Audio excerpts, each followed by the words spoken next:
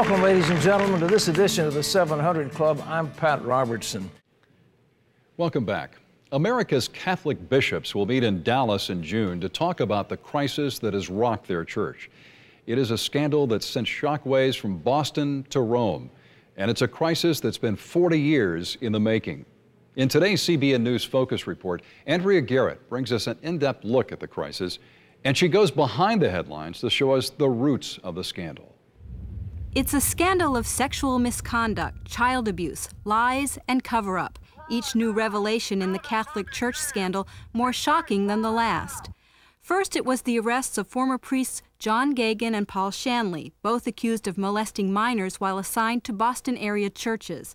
Then came a flood of sex abuse allegations from coast to coast, and the removal of nearly 200 priests from parishes in 28 states.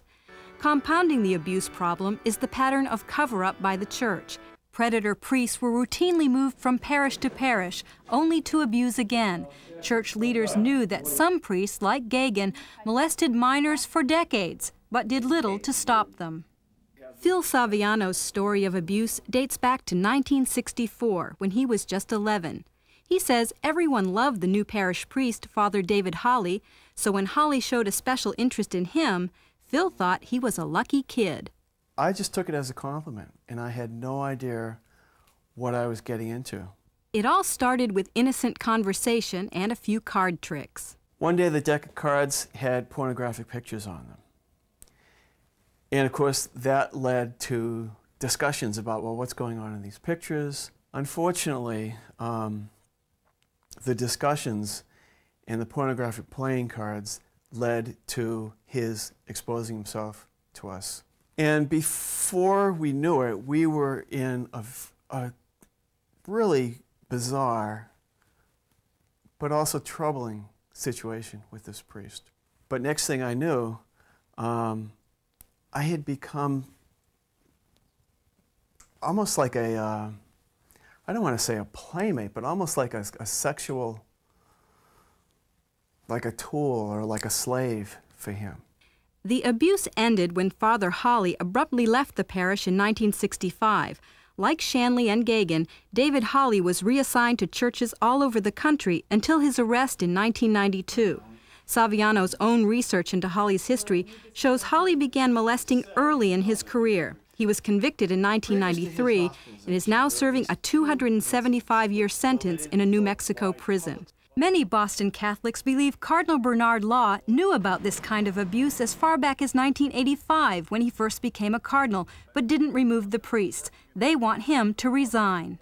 I think he absolutely needs to step down. The question is, should he be in jail? He's a cardinal and he knew all this. I think whatever the Pope needs to do, I think they ought to, take him out. It's terrible. While Cardinal Law faces a crisis of confidence in his leadership on the East Coast, Cardinal Roger Mahoney of Los Angeles faces 2 civil lawsuits under the RICO statute. RICO laws are used in cases involving conspiracy to conceal criminal activity. The suits against Mahoney allege the Archdiocese was involved in a conspiracy to conceal the abuses to maintain its reputation. Today, public opinion of the Catholic Church has never been lower. Only 10% of Americans say the Church is doing a good job of handling the scandal, and only 25% have a favorable view of Pope John Paul II. It's making me not question my spirituality, but it's questioning the people who are in positions of authority in the Catholic Church. So, am I angry? No, but saddened? Definitely. As the Church pays a high price in the opinion polls, it's taking an even bigger hit financially. No one knows exactly how much the Church has paid out in hush money. Some reports put the financial settlements to victims at over $1 billion. As Boston's Catholics struggle to cope with an ever-widening sex abuse scandal where new allegations seem to surface just about every day, they're also grappling with an important question. How did this all happen in the first place? Part of the answer is rooted in the Catholic seminaries of the 1960s. The 60s were a time of dissent, of political protest, and the beginnings of the sexual revolution. The rebellion that was so pervasive in the culture found its way into Catholic seminaries. Richard John Neuhaus, a Catholic priest and editor-in-chief of the journal First Things, says back in those days, rebelling against church teachings was kind of the thing to do. And this became very, very widespread, so that in many cases, there was kind of a, what you might describe as a wink, wink, nudge, nudge sort of permissiveness or laxity in many of the seminaries, from which we're now reaping the whirlwind of these, what was sown back there in the 60s and the 70s, with all these cases coming from 25, 30, and even more years ago. Take St. John's Seminary in Boston, for example. In the 60s, St. John's was a hotbed of rebellion, and there's an undeniable link between St. John's and the sex abuse allegations being revealed now.